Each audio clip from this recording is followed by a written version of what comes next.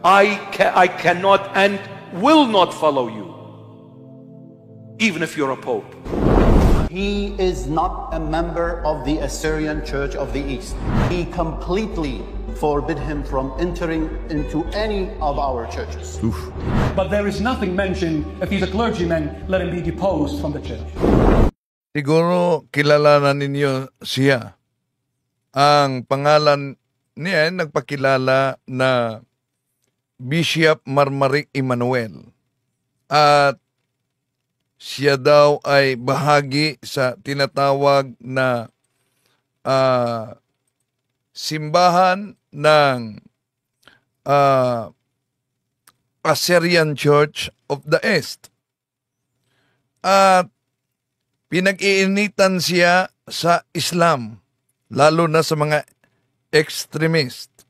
Bakit? Dahil grabe talaga ang kaniyang banat sa mga Muslim. Islam flourished and expanded with the sword. Jesus said, my sword is my word, and my word is love. You flourish through love, not by chopping heads. أما عيسى ابن مريم فهو كلمة الله وروح منه. I speak Arabic, I write Arabic, I read Arabic. You will never see Muhammad, you will never see Buddha, you will never see Krishna, and the 320 million gods in the Hinduism, the pantheistic world, none of them you'll see. They are all man-made. You will only need Jesus. Ito bang tinatawag na Assyrian Church of the East ay bahagi ba ito, in communion ba ito sa Roman Catholic Church, mga kapatid? Hindi. Isa itong schismatic churches. O schismatic church. No? Yung Assyrian Church of the East na tinatawag din nila na Holy Apostolic Catholic Assyrian Church of the East. O tinatawag na Eastern Syriac Christian Denomination ay hindi ito in communion sa One Holy Catholic Apostolic Roman Church. Ngayon, itong si Bishop Marmaric Emmanuel na grabe din bumanat sa Islam, kaya kung nakita ninyo na inaatake siya sa isang extremist habang naka-live, no, pinagsaksak siya. Swerte na di siya na patay. May isang obispo sa Assyrian na nagsabing sasampahan daw nila ito ng kaso dahil sa paggamit ng Church of the Assyrian Syriac East. Tatalakayin natin ito, mga kapatid. Samahan ninyo ko. Kasi umalingan, pag palaging inulit-ulit ay magmukha talagang kaguluhanan para sa ating mga kapatid na kulang ang kaalaman. Ang pagkadaya ay maranasan sa iba't ibang paraan. Pero napakasakit pag madaya tayo sa pananampalataya dahil nanganib pati ang ating kaluluwa. Viva Cristo Rey! Pro Dio et Ecclesia! Kumusta? Welcome sa ating live.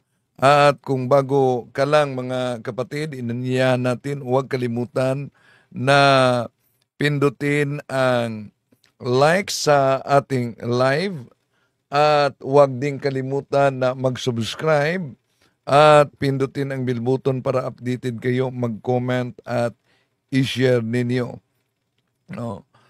So, para sa mga bago lang na nagsubaybay, ako si Brad Wendell Talimong sa Catholic Faith Defenders. At ako ang inatasan bilang Vice President of External Affairs sa National Office sa Committee on Public Debate, mga kapatid. So, ating tatalakayin at sasagutin, lilinawin, lalo na ang paglitaw ngayon sa iba't ibang mga sikta. Kanina, ating tinatalakay yung bago na naman na sikta ng Islam, no? na may nagpakilala na kapatid, pamangkin siya ni Muhammad at kahalili ng ating Panginoon Jesucristo. So, nagiging katapat ito ni Pastor Apollo Kibuloy. So, ang kabuuan na video ay nasa isang video kanina.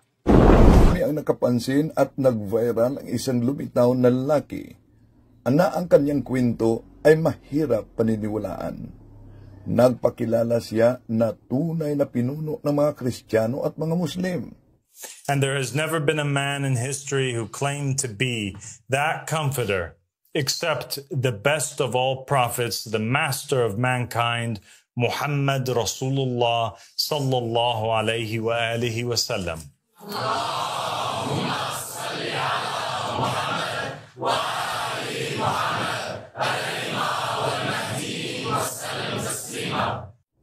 Nagpakilala din siya na tunay daw na kahalili ng ating Panginoon Jesucristo at ni Muhammad. He became the inheritor of the messengers, the successor to Jesus. At nakaakit siya ng pansin ng karamihan, kaya nag-viral ito. Ang pangalan niya ay Abdullah Hashim, pero ngayon nagpakilala siya bilang Aba al-Sadiq, na ang ibig sabihin, Father of the Truthful. Nagpakilala din siyang Santo Papa. And the Father of mankind, the true Pope. Nakahanap ngayon ng katapat ang nakakulong at tumakbo sa pagkasenador na si Pastor Apollo Kibuloy. Batiin ako na ngayong katotohanan. Ako ang daan at ang buhay. Amen. Pag di kayo dumaan sa akin, hindi kayo pupunta sa langit. Yan na, ako ang may-ari ng kaluluwa nyo. Ako ang may-ari ng sanlibutan ngayon. Tatalakayin natin ito. Pilipinas para ang bigas. 5 pesos na lang ang kilo. Iyon. Pag siya day manalo, mga kapatid, gawin niyang 5 pesos ang kilo ng bigas. Hindi po ba sabi niya, siya ang may-ari sa buong mundo, pati kaluluwa. Iba't kung siya ang may-ari, pati bigas, ba't ibibinta pa niya? Gusto pa siyang makakita.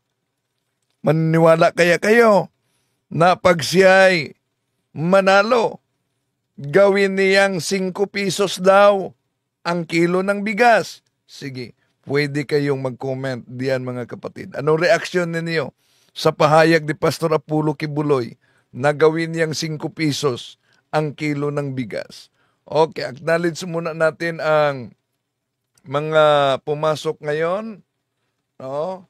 Si kapatid na Alberto Viloso Jr., si Norman Hayag, si Rick, si Jose Manuel Pora, Catholic din po ba? Yan sino? Si Mare? Hindi yon Catholic. Si Christy Concepcion Sharot, hello, watching from Pasig. Arne Kabasag, Jose Noel Pura, si Rick, Arne Kabasag, si Noel Pura. Si Rick, good evening, mag-like po tayo. Si Mario Guerrero Elibito, nasa El Nido Fishing Ground, Palawan.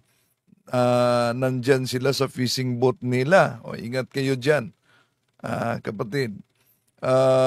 Maria F. Bartolome, si Andrea Mercado, si kapatid na Berna Ibersamal. Di ko mabasa ito. No? Does the Catholic will apologize for killing Jesus? Ano kayo? Hello? Imagination mo na. Ang Catholic ba ang nagpatay ng ating Panginoong Hesukristo? Yun. Kung mahilig kayo gawa ng story versus history, yon ang mapapala. chismis ang batayan. Pero kung tingnan ang history talaga, Gloriana Encyclopedia Volume 5, page 106, Catholic Church, Greek Catholicos Universal, term generally applied to the Divine Society, founded by Jesus Christ. O, ang Katoliko ay itinatag ng ating Panginoon Jesucristo pagkatapos pinatay ang ating Panginoon Jesucristo sa simbahang Katoliko. Yan ang daming biktima sa maling akala. Si kapatid na Enz Carinio Basbas, si kapatid na Berna Ibersabal dyan sa Las Piñas City, si kapatid na Nining Javeliana, si kapatid na Ria Covi, Mario Guerrero, si kapatid na Nining Javeliana watching from Compostela, Davao de Oro, Christy Concepcion Sharot.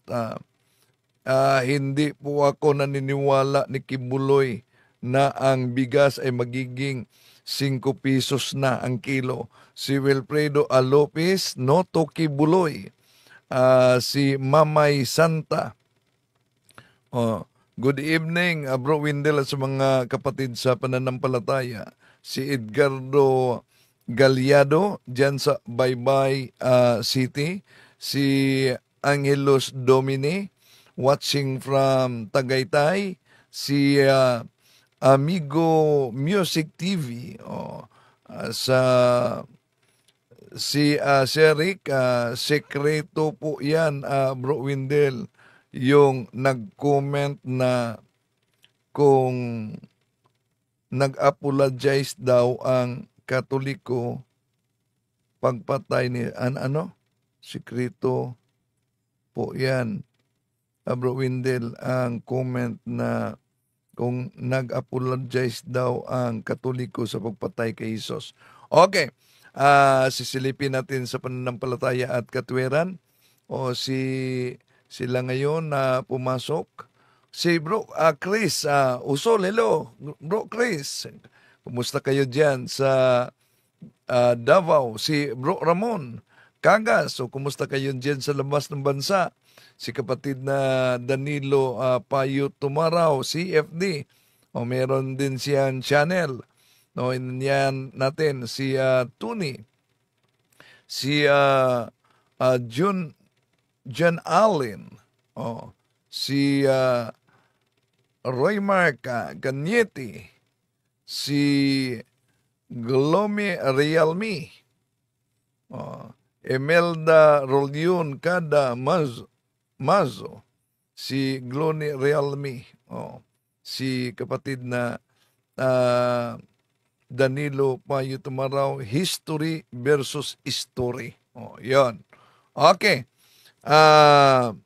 Si Angelos Domini, noon pa man, duda na talaga ako kay Marmari dahil tinitira niya ang Pope.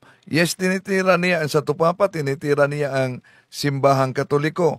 At ang sabi niya, one of the common dogmas outside the Catholic Church, yung dogma of indifferentism, nasa kanyang aral yan. So, magaling siya dahil marunong siya mag-Arabic, lalo na pag ang talakayan ay Islam, mga kapatid. No? Pero, nagbuo siya, nagtatag siya ng kanyang sarili. At hindi siya bahagi sa Assyrian Church of the East. No? Hindi siya bahagi. Si kapatid na Attorney June, watching from Las Vegas, Nevada. Good evening, Bro Windel. Hello.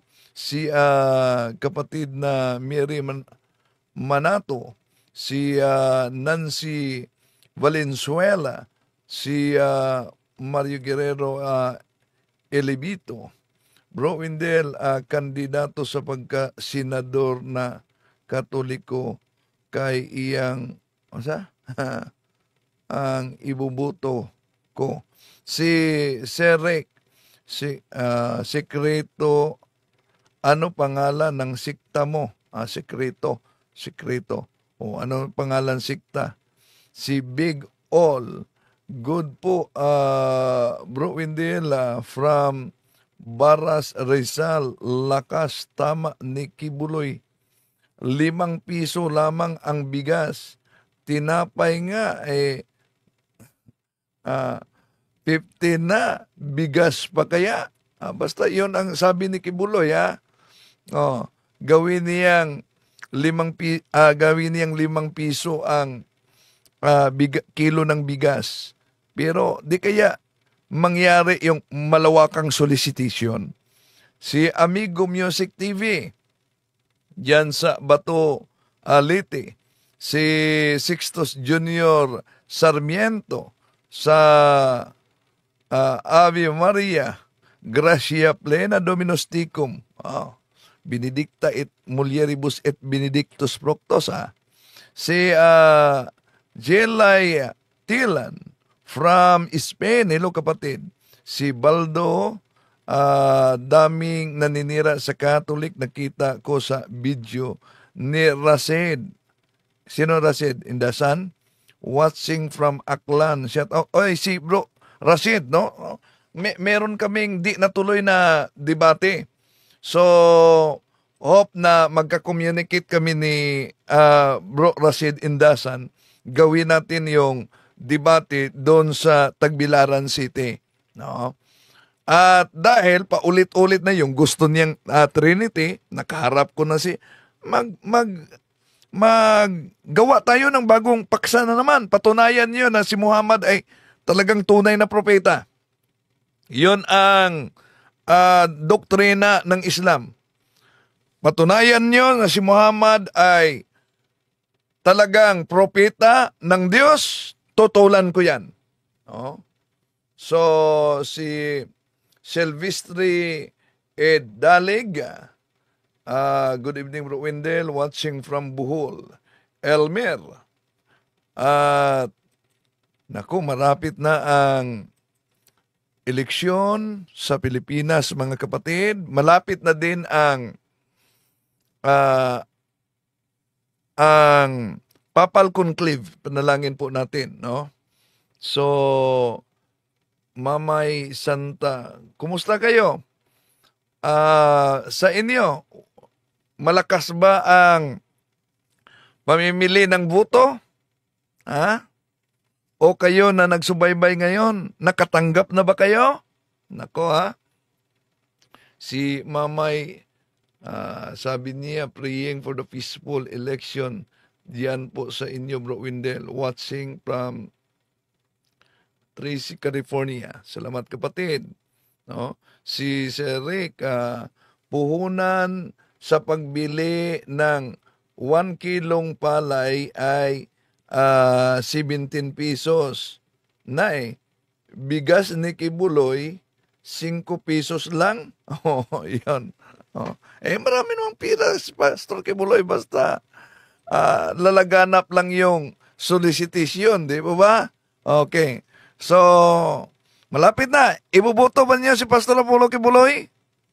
So, ngayon mga kapatid, dito na tayo sa talakayan, kaugnay kay nagpakilalang Bishop Marie Emmanuel. Pero alam nyo ba ang tunay niyang pangalan? Itong Bishop Marie Emmanuel, ang tunay niyang pangalan ay Robert Islimon. Yon ang tunay niyang pangalan. Robert Islimon, nagtatag siya ng sarili niyang sikta. Pero very charismatic. At grabe din ang banat niya sa Islam, no? I cannot and will not follow you, even if you're a pope. He is not a member of the Assyrian Church of the East. He completely forbid him from entering into any of our churches. But there is nothing mentioned if he's a clergyman, let him be deposed from the church. Okay, acknowledge din natin. Hello kay Doc Leo. Doc Leo Naparota dyan sa Dipulog City. Hello. Kumusta? Regards sa pamilya mo. Okay? At sa mga teachers dyan sa Andres Bonifacio. Okay. I cannot and will not follow you. So, will not follow you even you are Pope. I cannot and will not follow you, even if you're a Pope. Sino ba talaga ito siya? Mga kapatid, naglabas ng opisyal na pahayag ang obispo mismo ng Assyrian Church of the East. Yung Assyrian Church of the East, kilala yon sa tinatawag na Holy Apostolic Catholic Assyrian Church of the East. Sa ibig sabihin, tinatawag din silang Eastern Syriac Christian Denomination. At claim nila na matrace din sila sa ancient church sa East, mga kapatid. Pero, hindi sila communion sa Eastern Orthodox churches. Hindi din sila communion sa One Holy Catholic Apostolic Roman Church under ng Santo Papa. Pero itong si Bishop Marie Emmanuel, no, na nagpakilalang tinatawag na Assyrian Church of the East, dito pumalag ang obispo ng Assyrian. At sabi niya, dadalhin daw niya ito sa korte nila dahil hindi siya kaanib sa Assyrian Church. Ito, pakinggan natin. So please, those who refer to him as Bishop of Assyrian Church of the East, be careful. Don't Ayan. Sa mga naniniwala na itong si nagpakilalang Bishop Marie Emmanuel ay kaanib sa Assyrian Church of the East, be careful daw. Bakit? Plano nilang sampahan daw ito ng kaso. commit that mistake because we'll come at you legally. I can promise you we'll come at you legally.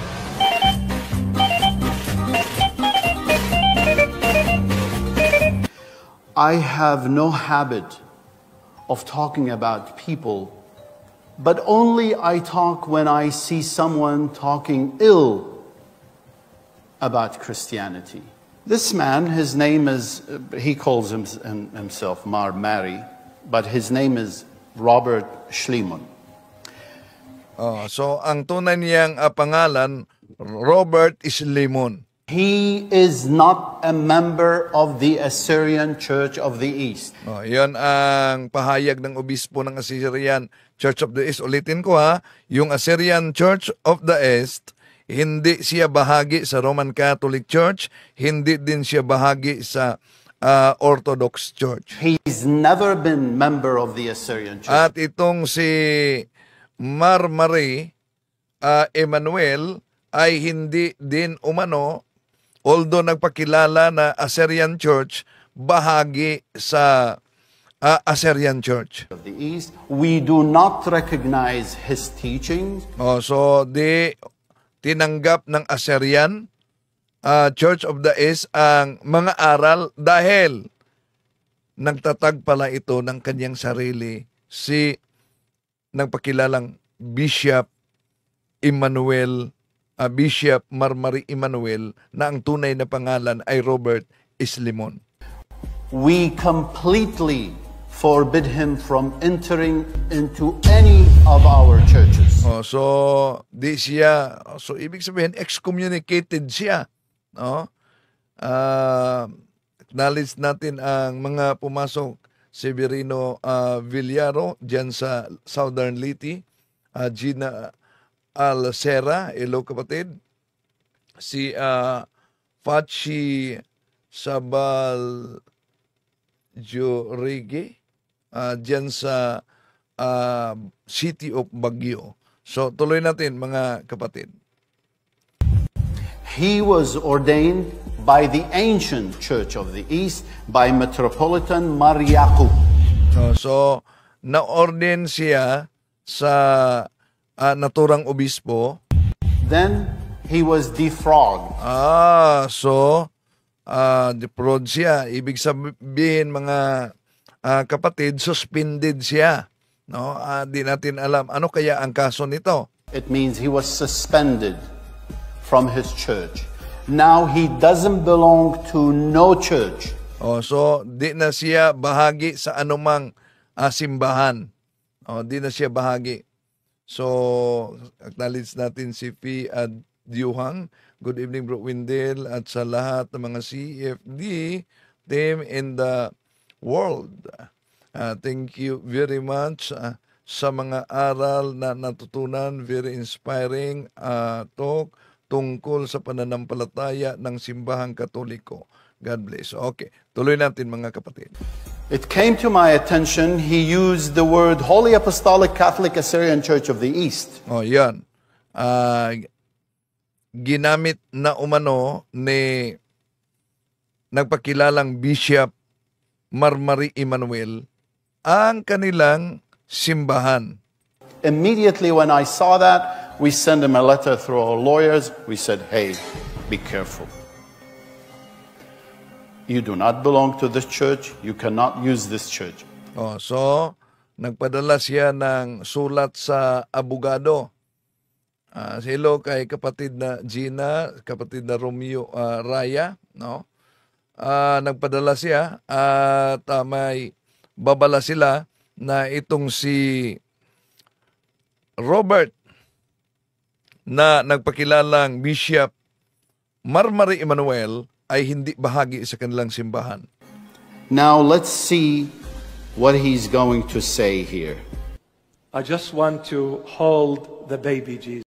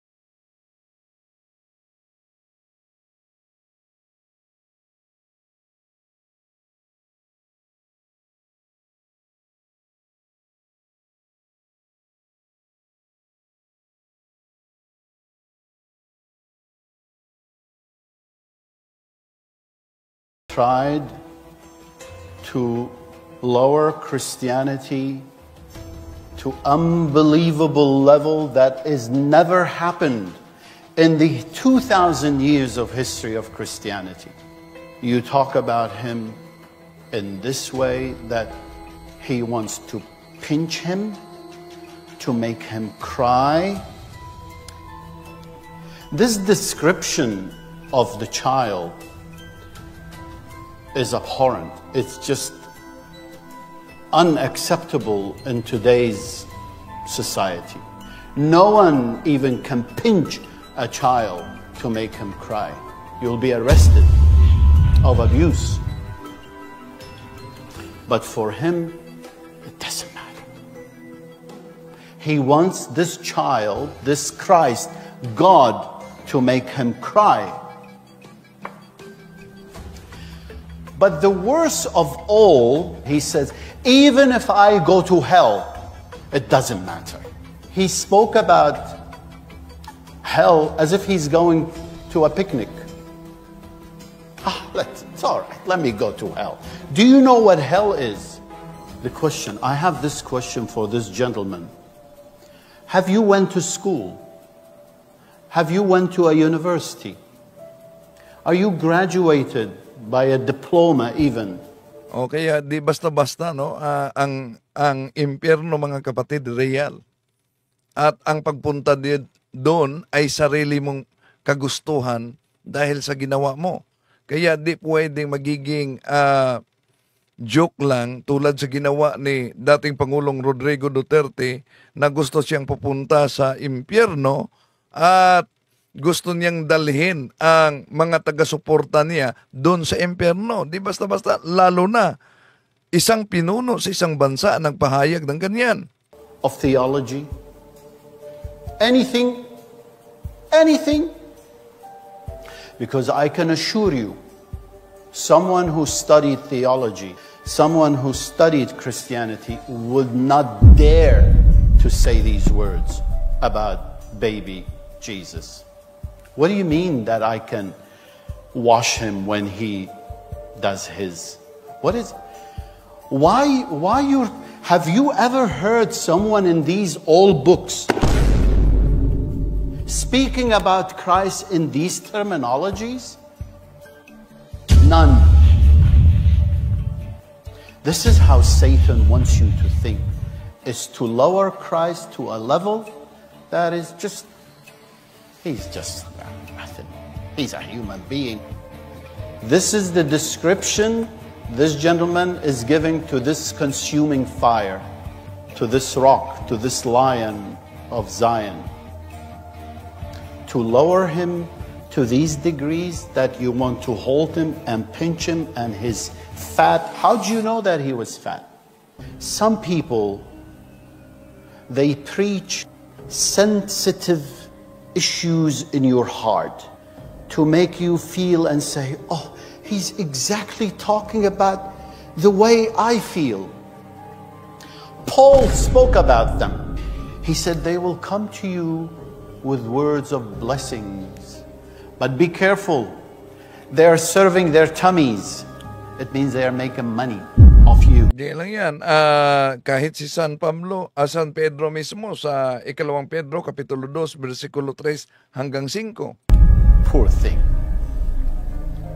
I know they will attack me. Definitely. I never in my entire life heard such preaching. I never heard them speaking about Christ in this low level of description. Yan ang pahayag sa obispo ng Assyrian Church of the East na kung saan nilinaw niya na hindi bahagi sa kanila etong nagpakilalang Bishop Mare. Kung maalala ninyo mga kapatid, inatake ito ng isang extremist Muslim habang nag-live, no? Kaya nabulag ang isang bahagi sa kanyang mata. Pero grabe itong banat niya sa Islam. Ito. Islam flourished and expanded with the sword. Jesus said, "My sword." Oh, so ang Islam umano ay lumalaganap. Ang paglaganap ng Islam dahil sa espada. Is my word, and my word is love. You flourish through love, not by chopping heads. أما عيسى ابن مريم فهو كلمة الله وروح منه. I speak Arabic, I write Arabic, I read Arabic. So magaling din siya mag-Arabic. You will never see Muhammad, you will never see Buddha, you will never see Krishna, and the 320 million gods in the Hinduism, the pantheistic world, none of them you'll see. They are all man-made. You will only meet Jesus. What is the Gospel of St. John all about? St. John is introducing Jesus Christ to the entire world as the true divine God, and he is the Son of God. You go to the Islamic faith, they will tell you two things, or they will deny two things about Jesus Christ. Number one, he cannot be the Son of God because that's a blasphemy. God Yan talaga ang aral ni Muhammad, no? Isang blasphemy, yung pagkilala na siya'y anak ng Diyos. cannot have a son, you are blaspheming. That's the Islamic faith, not me. And secondly, Jesus was never crucified, but it was shown to them as if it was Jesus. In fact, they say God put Judas Iscariot on the cross. Yan ang mga interpretasyon ng ibang mga mangangaral na Muslim, no? Iba't iba ang kanilang interpretasyon. Dahil sa Quran, ang naipako, hindi si Jesus kundi kamukha lang ng ating Panginoong Hesus. Imagine, so yung nakasulat sa Quran ng mga Muslim, may kapariho talaga sa aral ng Gnosticism. No, yun din ang aral ng Gnosticism noon. Si Kristo hindi na ipako, kundi sa Gnosticism si Judas talaga ang napako. Islam came in 635 AD. The Gospel of John was written around 100 AD. So, 535 years came after the Gospel of John. John is an eyewitness, my dear Muhammad. John is an eyewitness. He lived. Oo, si San Juan. Dahil alagad ng ating Panginoon Jesucristo, eyewitness mismo. Pero si Muhammad na nag-claim na pinakitaan daw ng anghel na wala namang saksi, di naka-witness sa panahon ng ating Panginoon Jesucristo. Pagkatapos, nagpalaganap na hindi na ipako sa cross, kamukha lang umano. Pagtanungin natin yung ibang mga ngaral at ustad, sino ba itong kamukha? Iba't iba ang kanilang interpretasyon yan. May nagsabing si Judas, meron namang iba pa ang interpretasyon. With Jesus. He walked with Jesus. He saw Jesus' wonders and miracles, and he documented it fresh. Fresh. So you're telling me that now I need to believe in someone coming 6 centuries or 7 centuries after the Holy Bible was documented. You want me to believe in a document that came 7 centuries after the Holy Bible. You want me to believe in someone that never saw Jesus, never lived with Jesus, never walked with Jesus, over the one who walked, lived, ate, embraced Jesus Christ every single day for 3 years and 4 months. Where is the logic? The one who was with the Lord said, this is God. This is the Son of God. This is God himself. He was crucified. He was buried. And I saw him risen after the burial. No, so, magaling siya dito, mga kapatid, na nirimat ang aral, ang maling aral ng Islam na tatag ni Muhammad, no?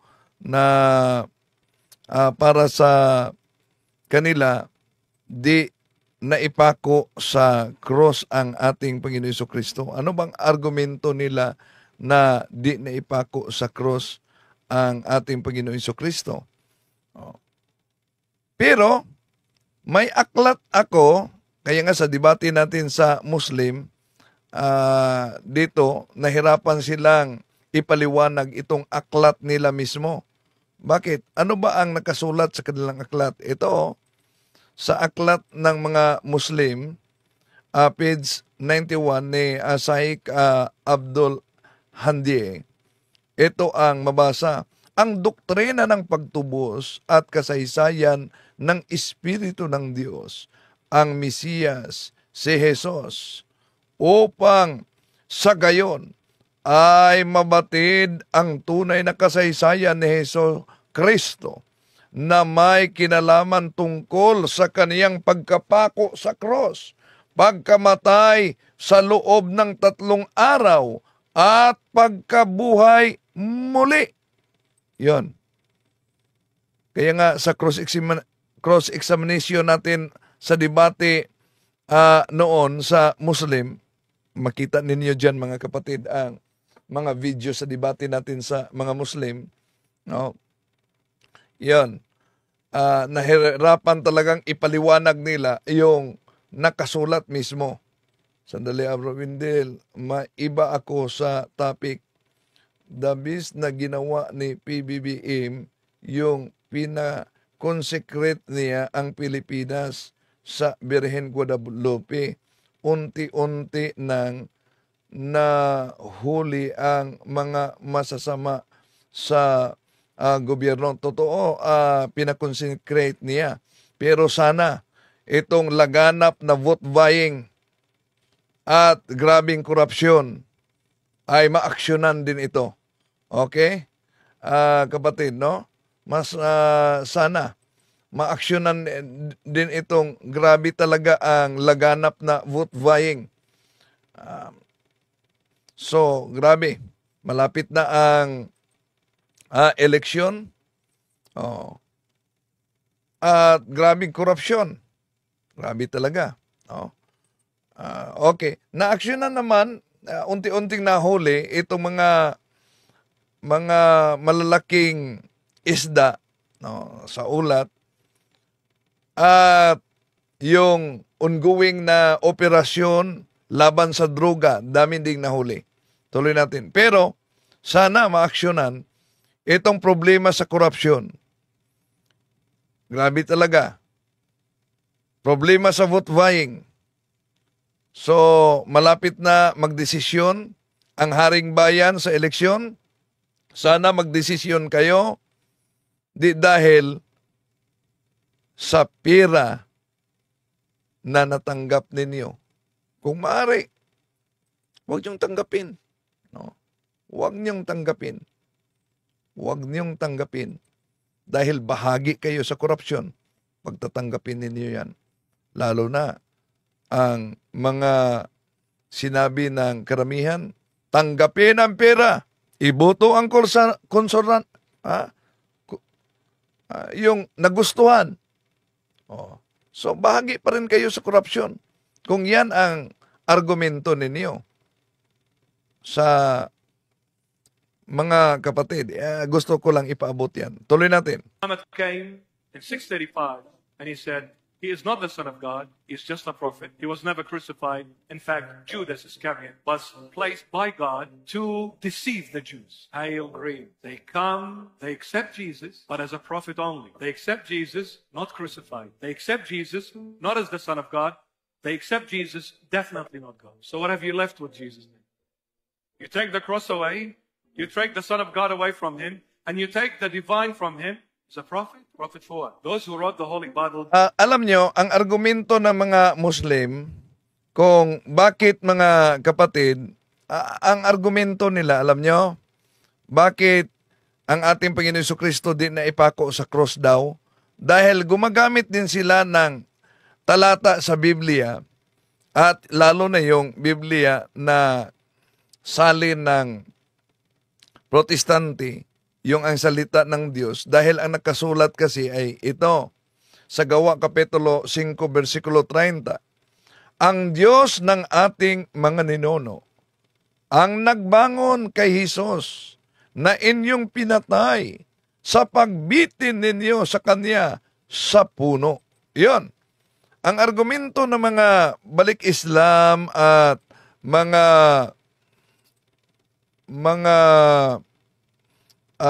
ustads, di po ba, naipako sa puno? Kaya, nagkukontrahan na daw ang aral ng simbahang Katoliko dahil hindi cross daw, kundi puno. Hindi naman yan kontra. Dahil, yung cross, kung saan ipinako ang ating Panginoon Jesucristo, hindi naman yun gawa sa metal. Hindi naman yun gawa sa simento, kundi gawa sa puno. Kaya nga, kung tingnan natin ang salin na magandang balita Biblia, alam niyo kung ano ang makita natin, magandang balita Biblia. Ito ang mabasa natin mga kapatid. Ang Diyos ng ating, sa naturang talata, Gawa Kapitulo 5:30. Ang Diyos ng ating mga ninuno, ang muling bumuhay kay Jesus, na pinatay ninyo, nang siya'y inyong ipinako sa cross.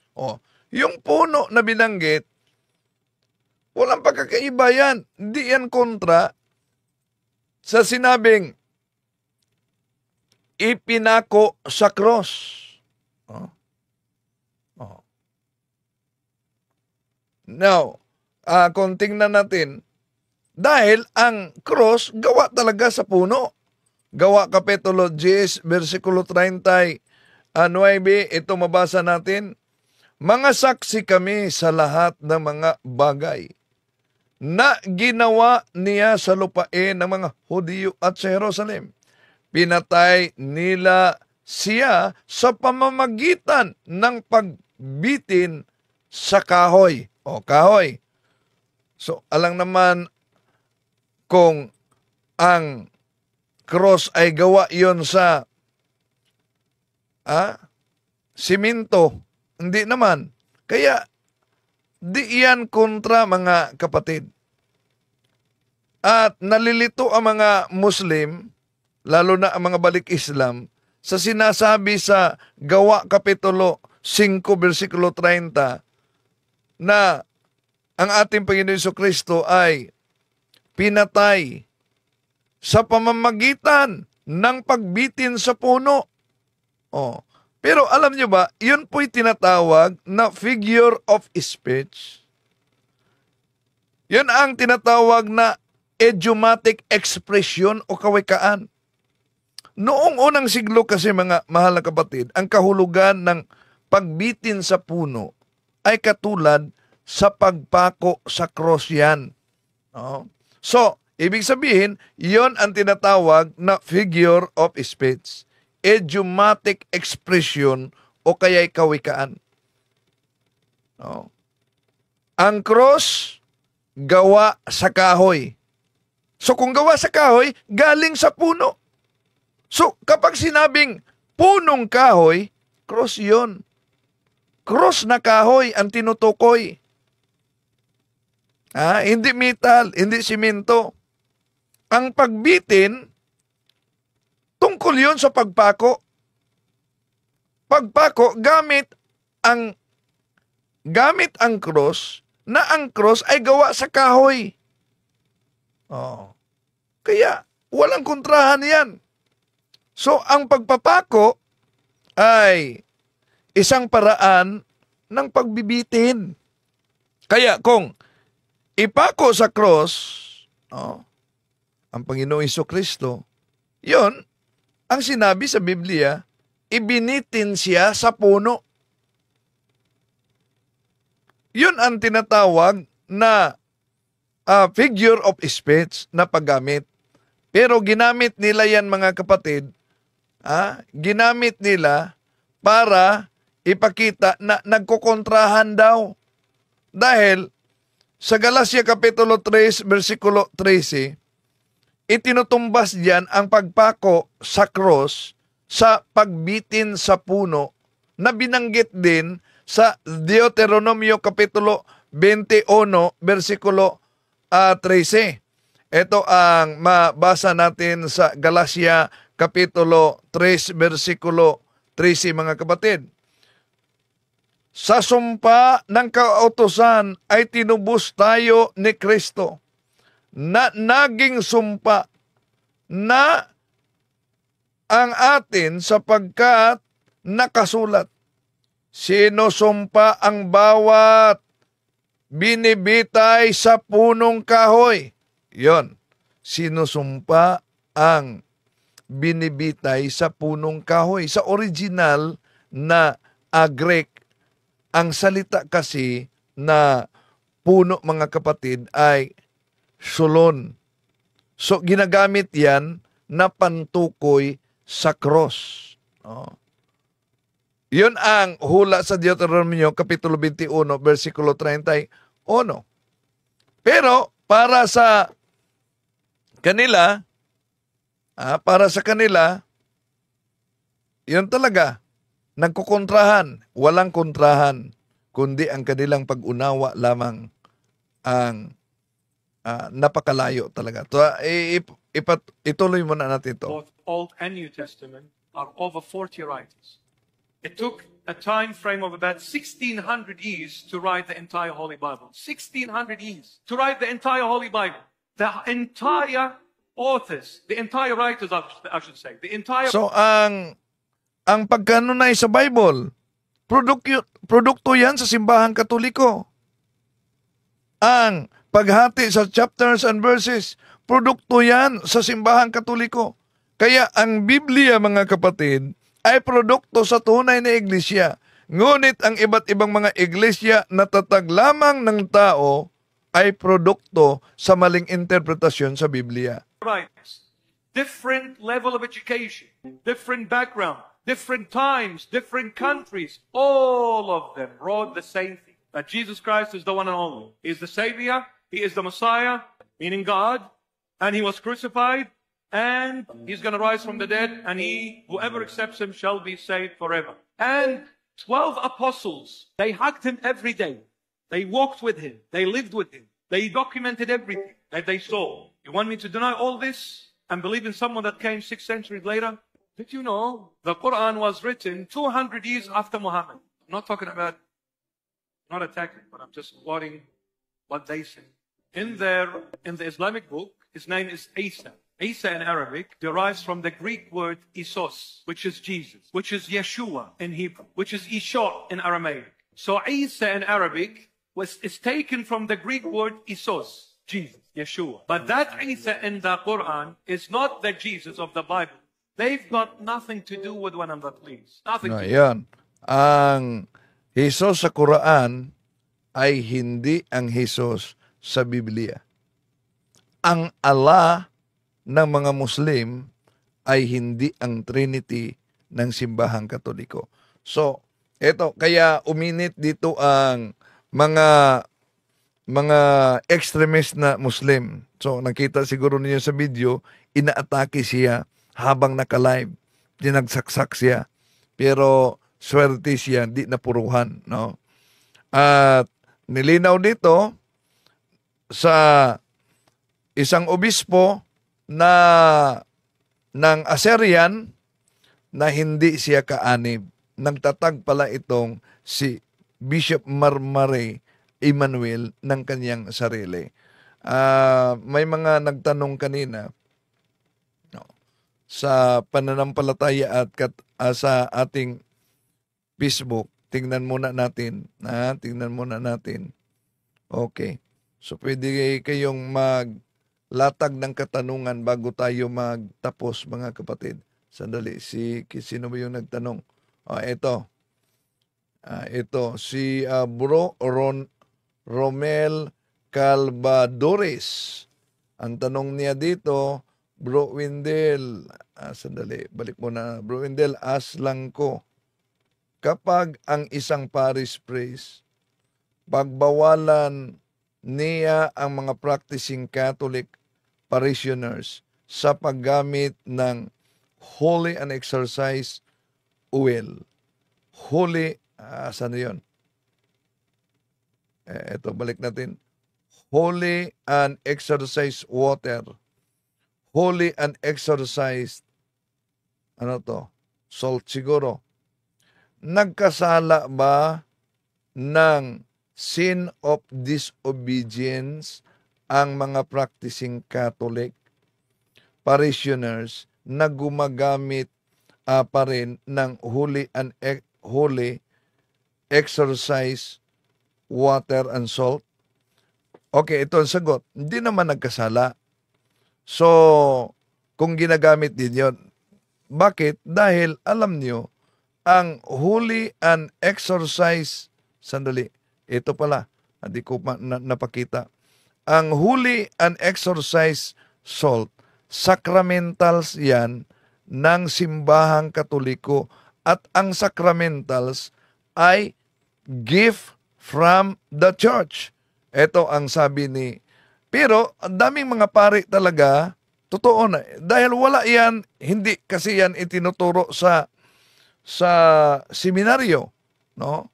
So, ang iba di pwede, ayaw nila mag-bless dahil natatakot. Ang iba naman, di sila nag-bless gamit ang ritual sa kay Father Sikia dahil mahaba daw. Ito ang paliwanag ni Father Sikia sa sacramentals. Okay. So remember, very important yung sacramentals because not only the sacramentals assist the sacramental. The sacramentals assist the sacraments. The sacramental of exorcism and the ministry of liberation, like holy water, etc., assist the sacrament of confession. Okay? Kaya nga, very important. Kapag ako, 10 taon, hindi ako nagsisimba, I'm in the state of sin for 10 years, unti-unti kumakapit ang mga spirito sa akin. The longer I am not going to confession, the more and more spirits attached to my body, my emotions, my imagination, my lower faculties. Now, I go to confession, and also my soul belongs to the devil. Ayun, ako'y nagkumpisal. What will happen? The Lord forgives me. My soul is free. But hindi automatic nawawala ang mga spirito na nakakapit sa katawan ko. That's why may mga tao, Father, gusto ko na magbagong buhay, ngunit napakaraming hadlang. Ngayon na gusto ko maging isang mabuting Katoliko. So many challenges, so many obstacles, because the spirits are still attached to the person. That's why that is where the sacramentals are very important. Don't underestimate being in the state of sin for a long time.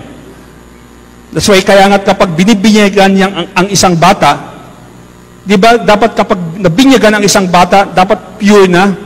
Bakit kailangan pa ng exorcism? Yan. Ang problema, may mga pare instead na dapat i-catechize nila, ayaw nila ng sacramentals dahil ang argumento nila parang ginawa ninyo. Napakinggan ninyo ba yun yung canon lawyer sa Cebu na pare, no? Parang ginawa ninyong anting-anting. Una, dapat sana ikatikahis nila, turuan ang mga kapatid dati mga Katoliko. Kaya nga, karamihan sa ang problema din, kahit bawal ang paglapit sa mga albularyo, may mga pare at may obispo pa na magsabi, okay naman yung albularyo. Tingnan nyo, nakasulat sa Catechism of the Catholic Church 21:17. Even if the purpose is to restore the health of someone, is gravely contrary to the virtue of religion. So, walang problema na ang mga catechists, ang mga parishioners magamit sa holy and exorcised salt, holy and exorcised water at iba pang mga sacramentals, provided una, huwag niyong gamitin na may mga superstitious beliefs. Gamitin ninyo according to the intentions of the church. At habang ginagamit ninyo yan, dapat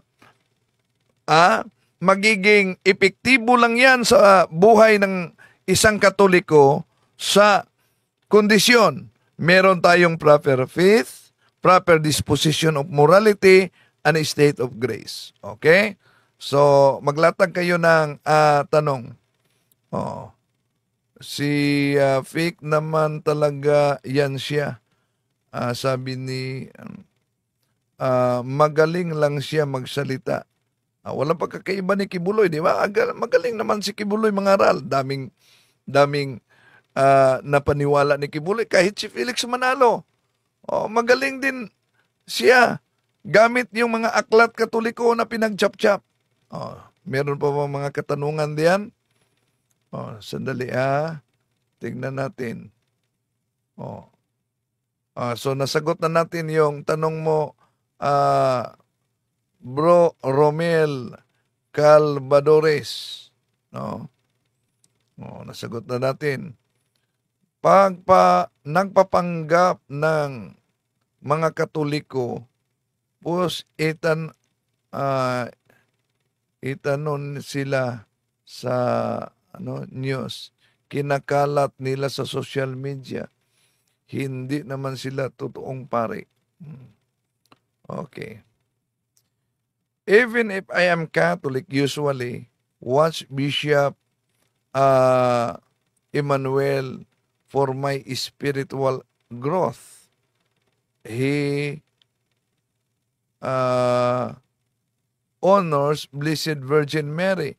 Yes, he honored Blessed Virgin Mary, kapatid Bernadette. However, isa siya sa mga schismatic dahil maliban na siya ay hindi kaanib at nag-claim lang na Assyrian Church of the East, nagtatag siya ng sarili.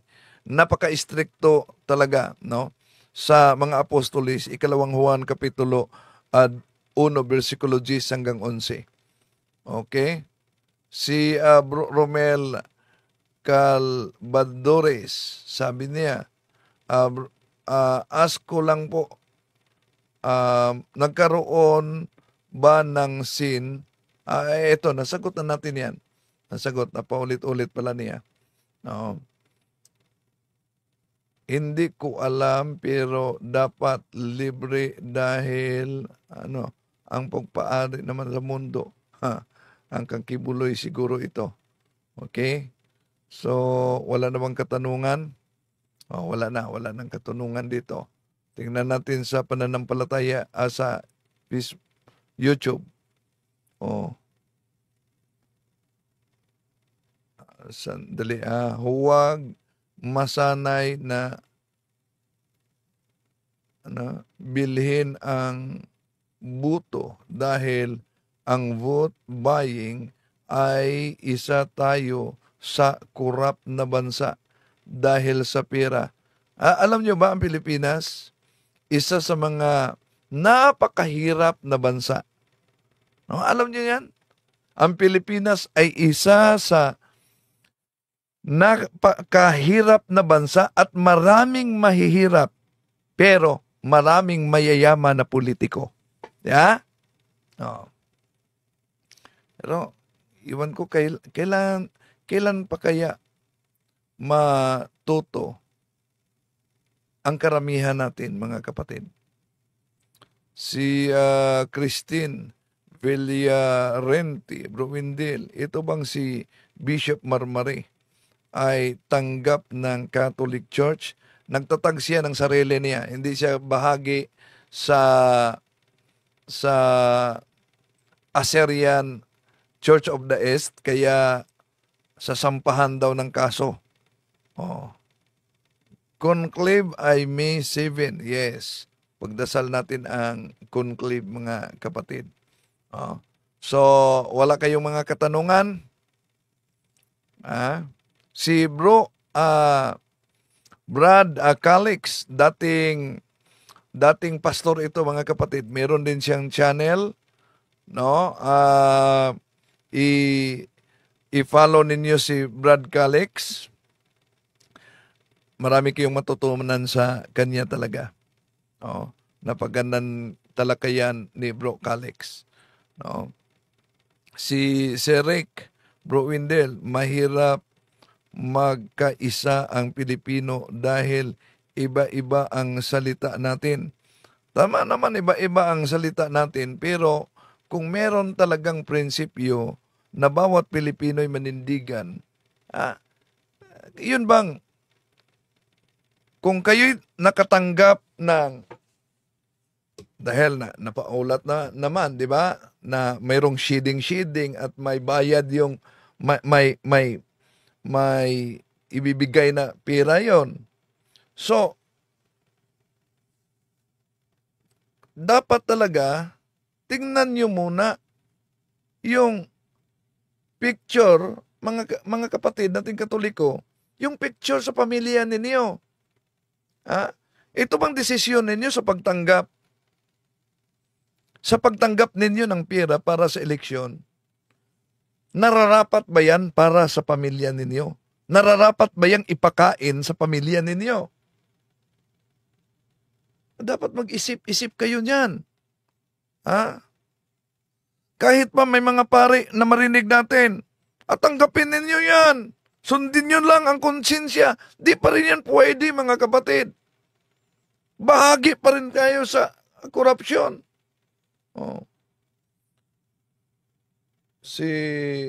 Kaya, kailangan talagang ma-educate.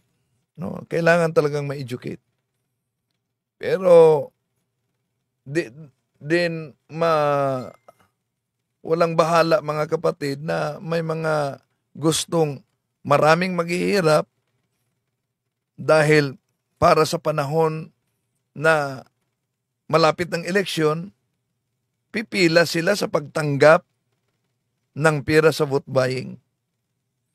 Sa Mario Guerrero Elevito, sa amin sa Maribeles, nagpa-bliss ako ng langis, pure virgin olive oil. Ayaw mag-bliss. Hindi naman yung pure virgin, pure virgin olive oil. Akala ko. So,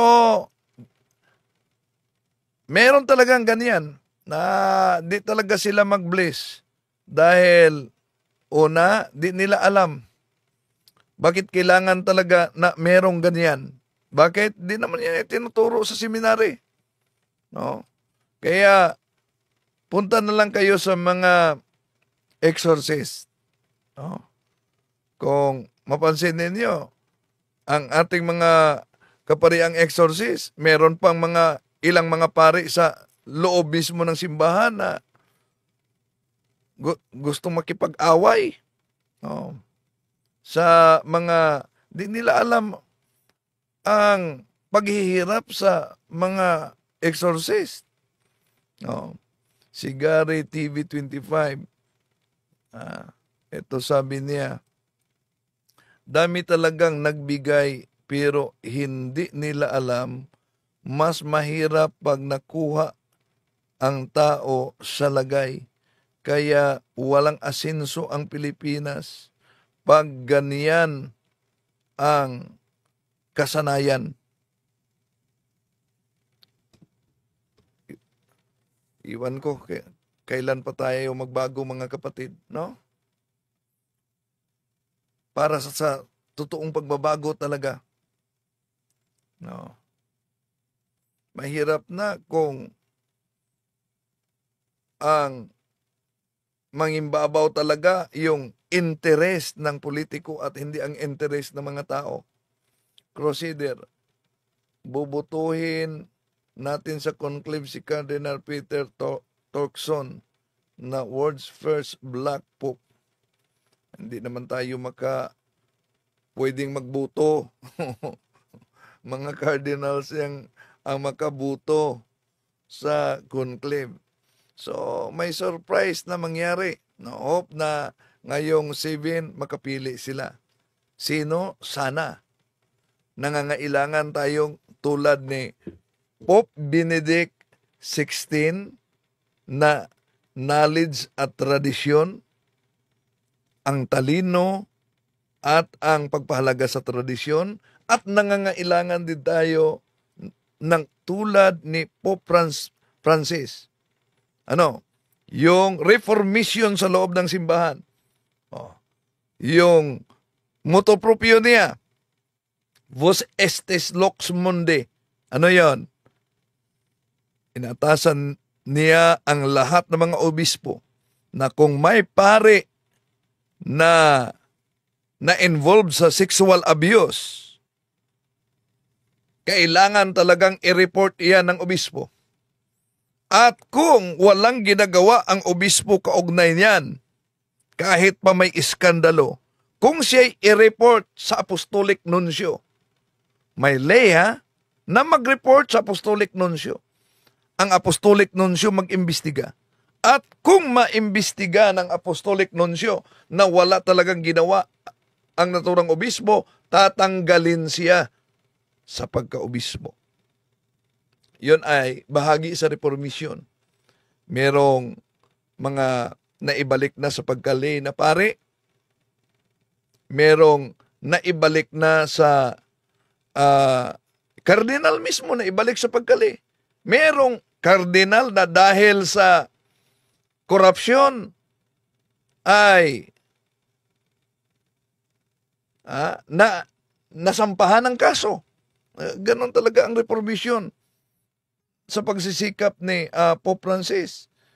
Hanggang kahuli-hulihang bahagi sa kanyang buhay. First blessing, final blessing, bago namatay. Si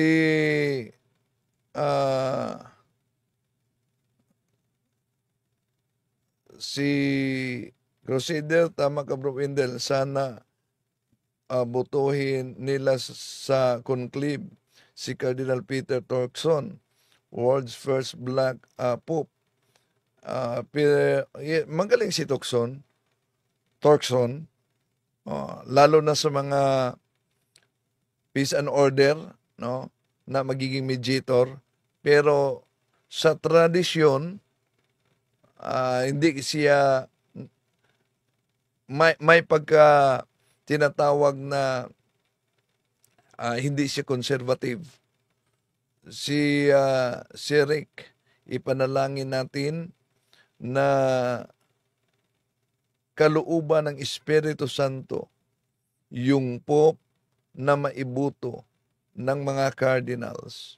Si Mamay Este sa Camarines-Sur, previous election, wise ang mga candidates, nagpabili ng mga boto, ipinakita mo ang proof picture na binoto mo nga sila. Totoo ba yan? Bawal na picturean. Yung resibo, bawal yan. Pero yung iba, wise talaga, marunong din dahil idinadaanan nila sa e-wallet. Gcash na. Si Berna Ibersanabal, last kong tanggap ng pira galing sa politiko 2016, pero na-confess ko na rin yan, bro. Very good, no? At huwag nang ulitin, kapatid. Huwag nang ulitin. So, nagiging systematic na ngayon ang vote buying. May pambibigay na sila ng ID dahil kung meron kang ganyang ID ay ibig sabihin sa kanila ka talaga. Kaya free na ang hospitalization pag magkasakit. Pero kung wala kang ID, hindi ka pwede. Hindi pwedeng magiging free ka. O asan yung serbisyo publiko? Para sa mga nakaupo, yun ang hirap. Pag nakaupo sila dahil sa pamimili ng boto. No? Okay? Si Andrew Bangs, may parapol ba tayo? Wala. No? Si Mercedita Pereira, I pray that Cardona Luis Tagli be crowned. Ang dami pang magaling kay Cardinal Tagli, no? Kaya wag nating kampanya na si Cardinal Tagli ang magiging susunod na papa. Marami nang mas magaling pa. Bata pa si Cardinal Tagli. So si Faithfulness Cardinal Sara ang people's favorite.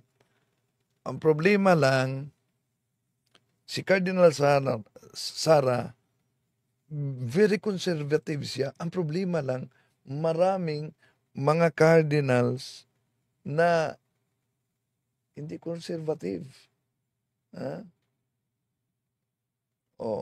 Kahit pa sasabihin nila na di ito politika, pero may mga sistemang politika pa rin sa pagpili. Dahil conservative versus modernist. Kaya nga sila si Cardinal Siri noon na very conservative. Di nakalusot. Pero ang problema, merong nakapasok na nagiging contender din na Freemasonry. Sino yon? Si Baguio. 33rd degree Freemasonry na cardinal sa Italy. Okay. So,